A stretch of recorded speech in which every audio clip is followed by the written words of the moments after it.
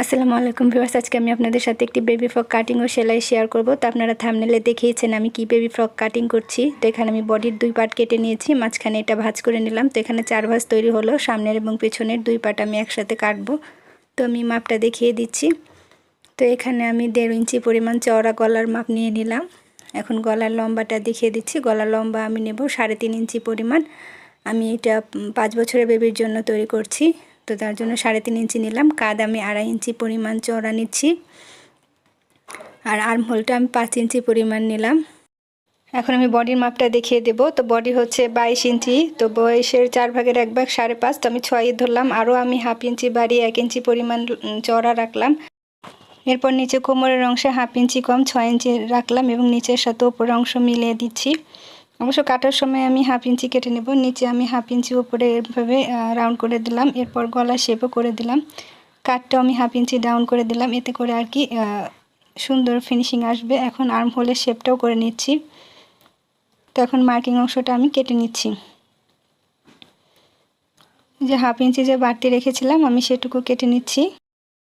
আপনারা চাইলে রাখতেও পারেন, পরবর্তীতে ফিটিং না হলে আর কি সেলাই করে নিতে পারেন। নিচের এই যে রাউন্ডও কেটে নিলাম, এতে করে কোনা ঝুলে যাবে না। এখন আমি পিছনের পাটটাকে আলাদা করে নেব এবং সামনের গলাটা কেটে নেব। যেহেতু আমি পিছনের গলা ছোট করে দেব, তো এই যে আমার সামনের পাট রেডি। এখন আমি পিছনের পাটটা ভাঁজ করে নিলাম। এখন একইভাবে গলা 1.5 ইঞ্চিতে মার্ক করে দিলাম, আর গলার লম্বা এখানে 2.5 ইঞ্চি নিলাম। সামনের গলার চেয়ে 1 ইঞ্চি কম নিলাম, যেহেতু আমি পিছনে চেনই দেব। তো সামনের গলা কেটে নেওয়ার পর এটাকে খুলে নিলাম। খুলে নেওয়ার পর আবার ভাঁজ করে নিলাম। এই যে চিহ্নটা এখানে অনেক ভাঁজ যদিও, তারপরে এই যে আমি মাঝখান বরাবর কেটে নিলাম। এখন আমি চেনের জন্য 2টি পট্টি কেটে নিলাম। তো 1.5 ইঞ্চি পরিমাণ চওড়া পট্টিগুলো। এরপর আমি হাতার কাপড় নিয়েছি কেটে আলাদা করে। তো এখানে আমি দেখিয়ে দিচ্ছি মাপটা। এখানে হলো 16 ইঞ্চি চওড়া আর লম্বা হচ্ছে 6 ইঞ্চি পরিমাণ। তো এটাকে মাঝ বরাবর ভাঁজ করে নিচ্ছি, যেহেতু আমি পরিহাতা দেব। এই যে আমি আবার ভাঁজ করার পর মাপটা দেখিয়ে দিচ্ছি। তো এই যে এখানে লম্বায় আছে হচ্ছে 16 ইঞ্চি আর এদিকে আছে 6 ইঞ্চি। তো এখন খোলা যে পাশ সেখানে 2 ইঞ্চিতে মার্ক করে নিলাম, আর এখানে মার্ক করার পর হাতার শেপটা এভাবে রাউন্ড করে দিতে হবে, খেয়াল করুন আপনারা। এখন মার্কিং অংশ কেটে নিচ্ছি। কেটে নেওয়ার পরে এখানে মাঝখানে একটা ছোট্ট করে কাট বসাতে হবে। এটা হচ্ছে কাট বরাবর যে জোড়াটা সেটার উপরে থাকবে। এই সুবিধার জন্য আপনারা এভাবে মাঝখানে কেটে নেবেন। এখন এখানে আমি গলায় যে কুচি দেব সেই কুচির জন্য কাপড় কেটে নিয়েছি 3.5 ইঞ্চি পরিমাণ। 3.5 ইঞ্চি বা 3 ইঞ্চি চওড়া দিতে পারেন, একটু কম বেশি মোটা। আর লম্বা প্রয়োজন মতো এখানে 2.5 ইঞ্চি পরিমাণ কাপড়, আর এখানে 16 ইঞ্চি লম্বা বেল্টের কাপড় নিয়ে নিলাম। এখন বডির যে নিচের পাটটা সেটার জন্য এখানে 2 ভাঁজ করে কাপড় নিয়ে নিয়েছি। তো মাপটা দেখিয়ে দিচ্ছি। লম্বা নিয়েছি এখানে 23 ইঞ্চি পরিমাণ লম্বাভাবে 2 ভাঁজ করে নিয়েছি। এটা বন্ধ সাইড আর আমার দিকটা খোলা সাইড। তো এই খোলা সাইডের এই কোণার থেকেই 2 ভাঁজ করে নেওয়ার পরে বন্ধ সাইডটা উপরে থাকবে, আর কোনাকুনিভাবে এই যে খোলা সাইডটা থেকে এভাবে ভাঁজ করতে হবে। এরপর আমার দিকে ঘুরিয়ে নিচ্ছি আমি। তারপরে কোনায় 5 ইঞ্চি বরাবর এভাবে মার্ক করে দিলাম। যেহেতু একটু রাউন্ড করব, এটা বড়ই হবে, কোমর যেহেতু 6, রাউন্ড করাতে এটা একটু ছড়বে। তো 5 ইঞ্চি করে আমি চওড়া করে কেটে নিলাম, আর লম্বা আমি এখানে নিচ্ছি 16 ইঞ্চি পরিমাণ। উপরে বডিটা নিয়েছিলাম আমি 12 ইঞ্চি, সেখানে 10.5 টিকবে বা 11 টিকবে, আর এখানে হচ্ছে 16 ইঞ্চি। এখানেও সেলাইয়ের পরে 15 ইঞ্চি টিকবে। তো 15 আর 11 প্রায় 26 ইঞ্চি ঝুল হবে জামাটির। রাউন্ড শেপ করে নেওয়ার পর এখন আমি মার্কিং অনুযায়ী কেটে নিচ্ছি। তো এই যে কাটা শেষ। এখানে বন্ধ সাইডটাও আমি কেটে আলাদা করে নিলাম। এখন আমি কোনাকুনি করে পাইপিংয়ের কাপড় কেটে নিচ্ছি। তো পাইপিংয়ের কাপড় অবশ্যই এভাবে কোনাকুনি করে কাটবেন, নয়তো পাইপিংয়ে ফিনিশিং আসবে না। আর এই মাপটা হবে 1.5 ইঞ্চি। আমি অনুমানে কেটে নিচ্ছি, আপনারা চাইলে স্কেল দিয়ে মাপ করে কেটে নিতে পারেন। তো আমার যেহেতু অনুমান হয়ে গেছে, তো আমি এই মাপটা আবার দেখিয়ে দিচ্ছি। এই দেখুন, একটু কম বেশি হলে অবশ্য সমস্যা নেই, তবে 1.5 ইঞ্চির কম নেবেন না আপনারা। এখন আমি সেলাই চলে আসছি। তো আমি প্রথমে চেনের পট্টিটা লাগাবো। তো পিছনের একটা পার্ট নিয়ে নিলাম। তো সামনের বা যে বাউ পিসটা সেটার উপরে পট্টিটাকে সেলাই করে নেব। এরপরে এটাকে ঘুরিয়ে নিয়ে উল্টো পিসটা এভাবে ডাবল করে 2টা ভাঁজ দিতে হবে। খেয়াল করুন আপনারা, সম্পূর্ণভাবে নিচের দিকে ভাঁজ করে নিয়ে এটার উপর দিয়ে চাপ সেলাই দিয়ে নিতে হবে। তো একটা আমি সেলাই করে দেখিয়ে দিলাম, আর একটা আমি অফ ক্যামেরায় তৈরি করে নিব। তো এই যে এভাবে 2টাই চাপ সেলাই দেওয়ার পরে এই যে 2টা পার্টি আমি এখানে দেখিয়ে দিচ্ছি। তো এই যে 2টা পার্টি আমার রেডি। তো এরপরে আমি এখানে একটা চেন নিয়ে নেব। তো তো এই যে চেনের যে বাড়তি অংশ সেটাকে আমি কেটে নিয়েছি। এরপরে চেনটাকে খুলে এর উপরে একটা পার্ট রেখে প্রথমে একটা সাইড সেলাই করে নিতে হবে।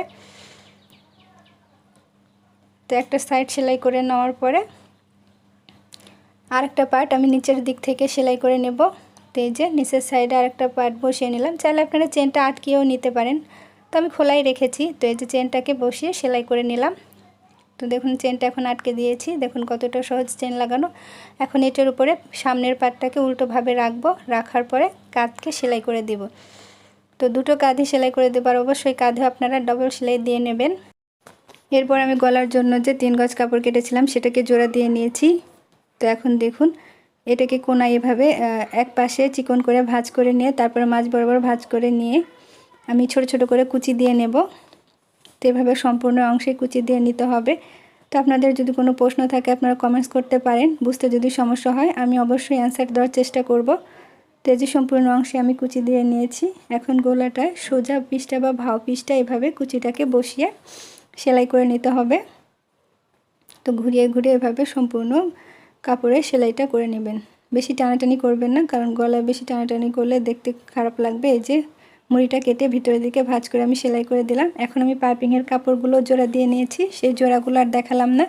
এখন উল্টো পিসটায় পাইপিংয়ের কাপড়টিকে চিকন মুড়ি ভাঁজ করে এভাবে রেখে সম্পূর্ণ অংশে পাইপিংয়ের কাপড়টিকে সেলাই করে নিতে হবে।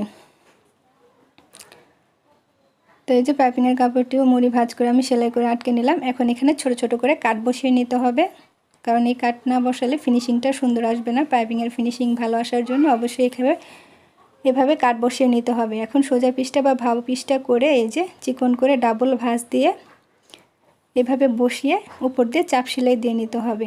খেয়াল রাখতে হবে নিচের সেলাই যেন দেখা না যায়। এভাবে সম্পূর্ণ অংশে ডাবল ভাঁজ করে সেলাই দিয়ে নিতে হবে। তো এই যে এখানে আমার গলাটা তৈরি হয়ে গেছে, খেয়াল করুন আপনারা। এখন আমি হাতার পাট নিয়ে নেব। তো হাতার যে মুড়িটা সেটাকেও আমি চিকন করে 2টা করে ভাঁজ দিয়ে সেলাই করে নেব, মুড়ি সেলাই করে নেওয়া আর কি। তো 2টা হাতারই এভাবে মুড়ি সেলাই করে নিতে হবে এবং খুব ভালোভাবে করতে হবে। আর হ্যাঁ, এখানে একটা কথা বলতে আমি ভুলে গেছি, 5 বছর বেবির জন্য আমি এখানে টোটাল 2 গজ পরিমাণ কাপড় নিয়েছিলাম। তো সেখান থেকে আমি পাট পাট করে কেটে নিয়েছিলাম। তো এখানে এই যে 2টা হাতার পার্টই আমার রেডি। এখন আমি বেল্টের যে কাপড় নিয়েছিলাম সেই কাপড়টাকে এই যে কোনাকুনিভাবে এভাবে সেলাই করে নিতে হবে এবং যে কোনো কিছুর সাহায্যে উল্টে নিলাম। এখন আমি হাতাটাকে জয়েন করে নিচ্ছি। এই যে হাতার জোড়াটা আর এই হাতার কাটা অংশটা মাঝ বরাবর রেখে মাঝখান থেকে ছোট ছোট করে কয়েকটা কুচি দিয়ে সেলাই করে নিতে হবে। এভাবে সেলাই করলে আসলে হাতাটা সমানভাবে ফিটিং হয়। বিশেষ করে যারা নতুন তারা এভাবে ফিটিং করবেন, দেখবেন আর হাতার জয়েন দিতে কোনো সমস্যা হবে না। মাঝখান থেকে সেলাই করা শুরু করলে খুব সুন্দরভাবে হাতাটা ফিটিং হয় এবং আপনারা খেয়াল করে সেলাই করতে পারবেন যে কতটুকু বাদ আছে। এই যে কুচিগুলো দেখুন কতটা সুন্দর লাগছে। এখন আমি বডির নিচের পার্টটাকে সেলাই করে নেব। তো অপর হাতা আমি অফ ক্যামেরায় তৈরি করে নিয়েছি। এই যে বডির নিচের পার্টটাকে উল্টোভাবে রেখে সেলাই করে আটকে নিতে হবে। একইভাবে পেছনের বডির পার্টও সেলাই করে নেব। এই যে উল্টোভাবে রেখে জয়েন্টটা করে নিতে হবে। এরপর উল্টো পাশ থেকে সাইড সেলাই করে দেবো। আর এই যে কোমরের মাঝখানে বেলটাকে বসিয়ে সম্পূর্ণ অংশে সাইড সেলাই করে দেব। এখন নিচের মুড়ি সেলাইটাও আমি করে নিচ্ছি। তো মুড়ি সেলাই হয়ে গেলেই মূলত আমার ড্রেসটি তৈরি হয়ে যাবে। তো যারা পেজ থেকে দেখছেন তারা অবশ্যই ফলো দিবেন, আর যারা ইউটিউব থেকে দেখছেন তারা অবশ্যই আমার চ্যানেলটাকে সাবস্ক্রাইব করবেন, আর অবশ্যই দুজনেই লাইক দেবেন। তো ভিডিওটি ভালো লাগলে অবশ্যই লাইক কমেন্ট শেয়ার করবেন, আর এভাবেই আমার পাশে থাকবেন। আজকে এখানেই শেষ করছি। আল্লাহ হাফেজ।